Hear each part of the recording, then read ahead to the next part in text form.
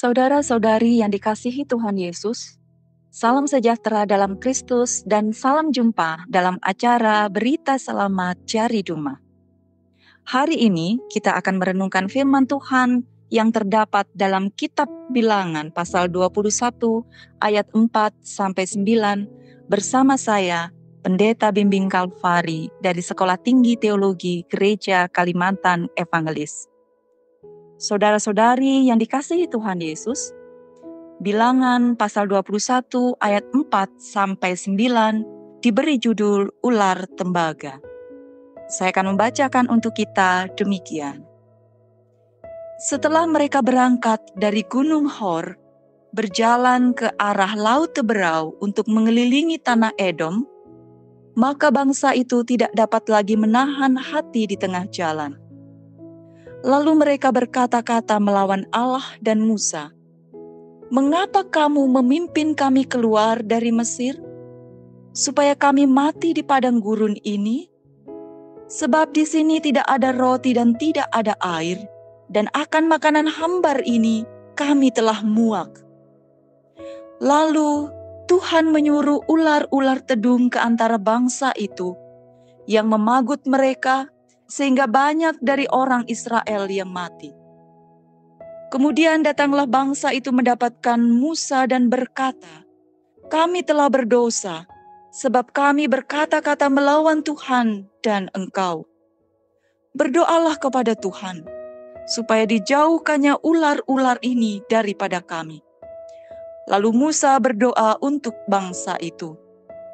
Maka berfirmanlah Tuhan kepada Musa, "Buatlah ular tedung dan taruhlah itu pada sebuah tiang. Maka setiap orang yang terpagut, jika ia melihatnya, akan tetap hidup." Lalu Musa membuat ular tembaga dan menaruhnya pada sebuah tiang. Maka jika seseorang dipagut ular dan ia memandang kepada ular tembaga itu, tetaplah ia hidup. Demikianlah firman Tuhan. Amin. Saudara-saudari yang dikasihi Tuhan Yesus, ada ungkapan yang berbunyi, "Mulutmu harimaumu." Ungkapan ini menyiratkan bahwa perkataan tertentu dapat memiliki dampak yang berbahaya. Agaknya inilah yang terjadi dengan umat Israel. Dalam perjalanan di padang gurun menuju tanah perjanjian, umat Israel seringkali bermasalah karena perkataan mereka. Mereka bersungut-sungut atau menggerutu. Hal ini dimulai setelah mereka dituntun melewati Laut Teberau dan tiba di padang Syur. Mereka menggerutu karena kekurangan air. Sungut-sungut terjadi lagi di bulan yang kedua sejak mereka keluar dari Mesir. Alasannya karena perut mereka lapar. Tetapi lama-kelamaan ada kecenderungan bahwa sungut-sungut itu muncul bukan karena tidak ada makanan, tetapi karena bosan dengan menu yang ada.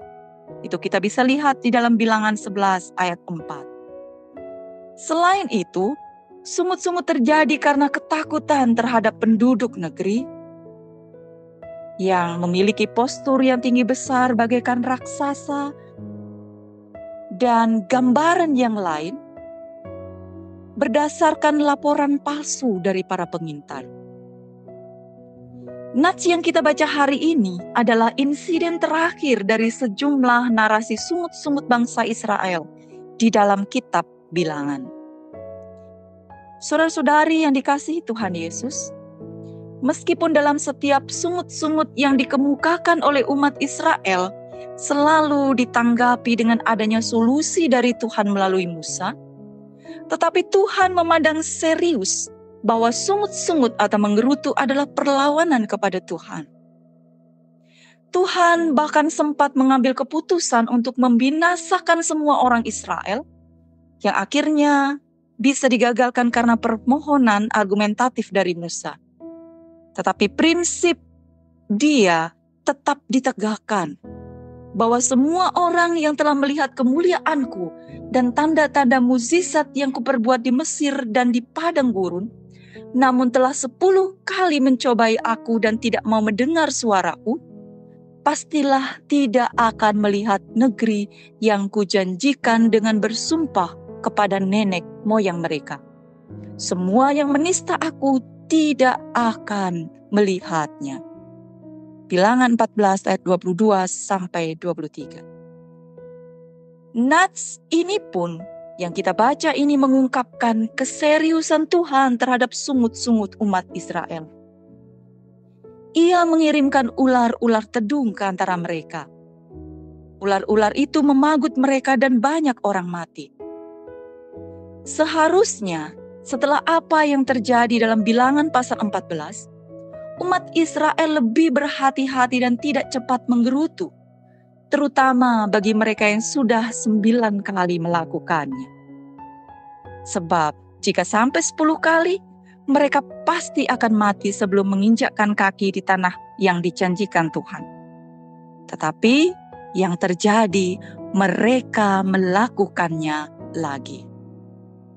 Saudara-saudari yang dikasihi Tuhan Yesus, pada akhir cerita ini, mereka yang meminta pengampunan kepada Tuhan melalui Musa dan memandang kepada ular tembaga yang dibuat Musa tetap hidup.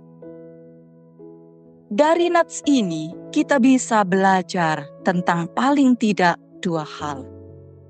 Yang pertama, jalan hidup yang kita hadapi tidak selamanya sesuai dengan yang kita harapkan.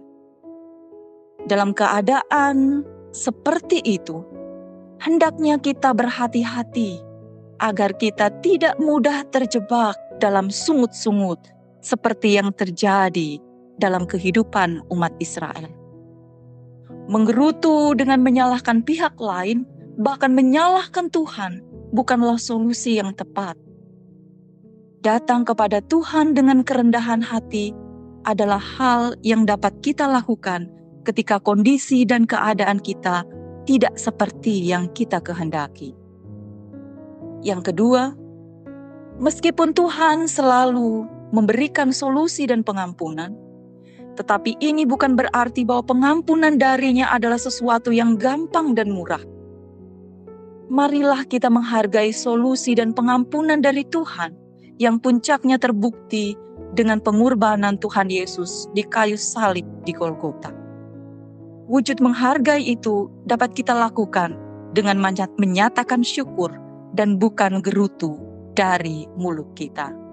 Amin. Bapak Ibu, mari kita berdoa. Tuhan, terima kasih untuk firman yang boleh kami dengarkan bersama dalam renungan BSJD pada pagi hari ini. Terima kasih ya Tuhan, biarlah kami menjadi hamba-hamba-Mu, murid-murid-Mu yang setia, tidak saling menggerutu, tapi bersyukur atas setiap karya Tuhan yang terjadi dalam kehidupan kami. Hilangkanlah roh-roh yang ingin membuat kami jatuh, yang ingin mengalahkan kami, tapi biarlah kuasa dari Roh Kudus Tuhan yang memberkati dan menyertai kami. Berkatilah Ibu Pendeta Bimbing Kalpari yang sedang membawakan firman ini, biarlah hidup dan kehidupan Ibu Bimbing boleh diberkati oleh Tuhan. Dan selebihnya juga bagi kami semua, para pendengar setia BSJD GKI dimanapun berada, biarlah kasih karunia dan berkat Tuhan juga terjadi dalam kehidupan kami. Di dalam Yesus Kristus, Tuhan dan Juru Selamat kami yang hidup, kami berdoa. Amin.